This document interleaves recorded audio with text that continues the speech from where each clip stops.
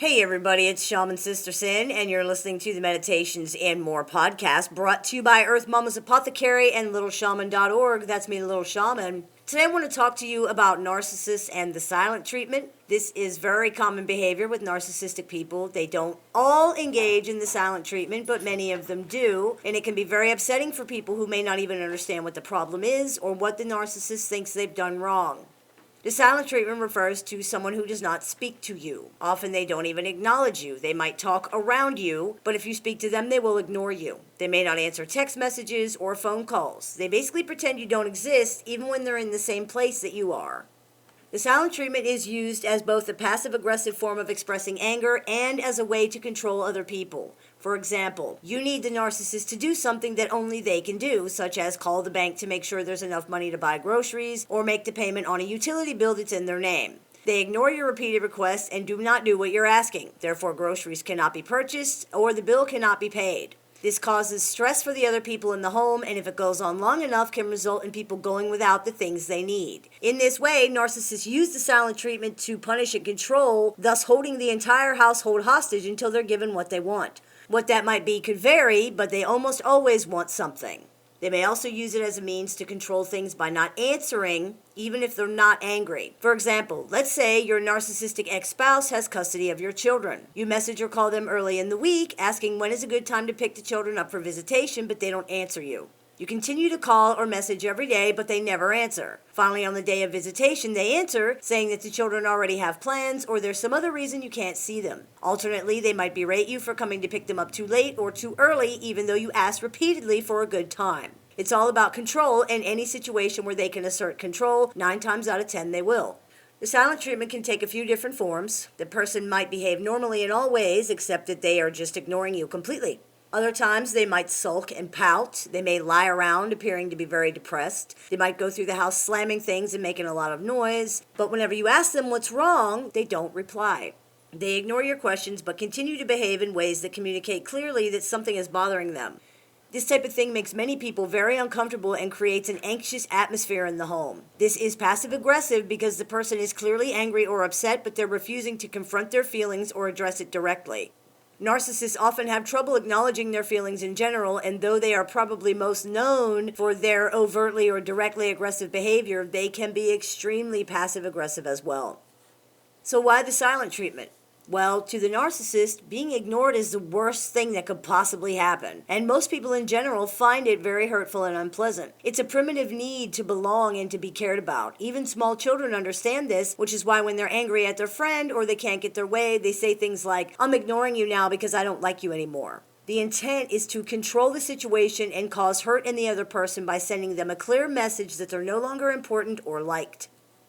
Pathologically narcissistic people are, by design, very self-involved and very self-absorbed. Their perception of reality is extremely lopsided, the same way it is with children. They cannot separate their own experience from anything, and the only thing they can see is how something affects them. They see everything as flowing to and from themselves. The only reason you exist is to be of service to them, remember, which is exactly the way children experience things. Small children don't see other people, such as their parents, as individuals with their own lives or needs. They see parents as existing to be their caregivers.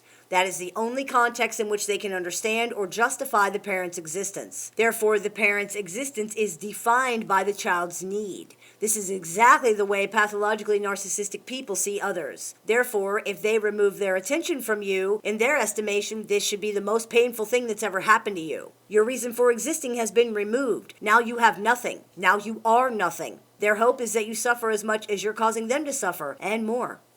There's also something called ghosting, which is when the narcissistic person just disappears from your life. Ghosting is often confused with the silent treatment, but they're not the same. The intention behind ghosting is not to hurt or control the other person. Ghosting is not punishment. The intent behind ghosting is to erase the other person. When a narcissist is giving someone the silent treatment, they're pretending the person doesn't matter anymore, but it's obvious that the person and their reactions still matter very much to the narcissist, or they wouldn't even bother. When a narcissist has ghosted someone, they're not pretending. This person no longer matters and has been erased from existence. Unless they need you again for something, that is. People dealing with the silent treatment often experience feelings of worthlessness and confusion. They may not understand what the problem is or why it's such a big deal. Being treated as if you don't exist, especially over something that seems really trivial, is very hurtful. The silent treatment is freezing somebody out with cold silence. It is intentionally used to make someone feel rejected and unimportant, which is, of course, exactly how narcissists feel. It should be said here, too, that there are times when people are just angry and they don't feel like talking. However, the appropriate way to handle that would be to say, I'm angry and I don't want to speak to you right now, instead of just acting like the person talking to them is invisible. Dealing with the silent treatment can be difficult when dealing with narcissists in particular because they're very controlling. Many of them take pleasure in being contrary and vindictive as well. With a non-personality disordered person, you could try reasoning with them kindly, and there is a decent chance they'll break the silence and engage you so that things can be sorted out. With pathologically narcissistic people, nothing is going to be sorted out, ever. The more you want them to talk, the more control and power they can claim by not doing so. The more upset the silent treatment makes you, the more power they have over you, and the better they feel about themselves. You cannot reason with someone like that, and it's pointless to try. All you're doing is playing their game, and it's one you can't possibly win. The narcissist in your life has worked their way into a position where they are calling the shots for everybody. As long as that's true, things are going to be at their mercy, which means things are going to be miserable. But you can change that, and the way you do that is by taking the power back. Let them have their silent treatment if that's what they want to do. Your value is not dictated by them, and how other people feel about you does not determine your worth. Let them throw up their roadblocks to progress if that's the only thing they can do to make themselves feel powerful. You can find other ways to do what needs to be done that don't include them. Once you can truly internalize these things, these truths, you'll find that emotional manipulation and strong-arming no longer work on you. These kinds of manipulations only work because people have allowed the narcissist to have power and control over their feelings. It only works if you let it work. You can take the power back just as easily as you've given it. All you have to do is realize that you've had it all along.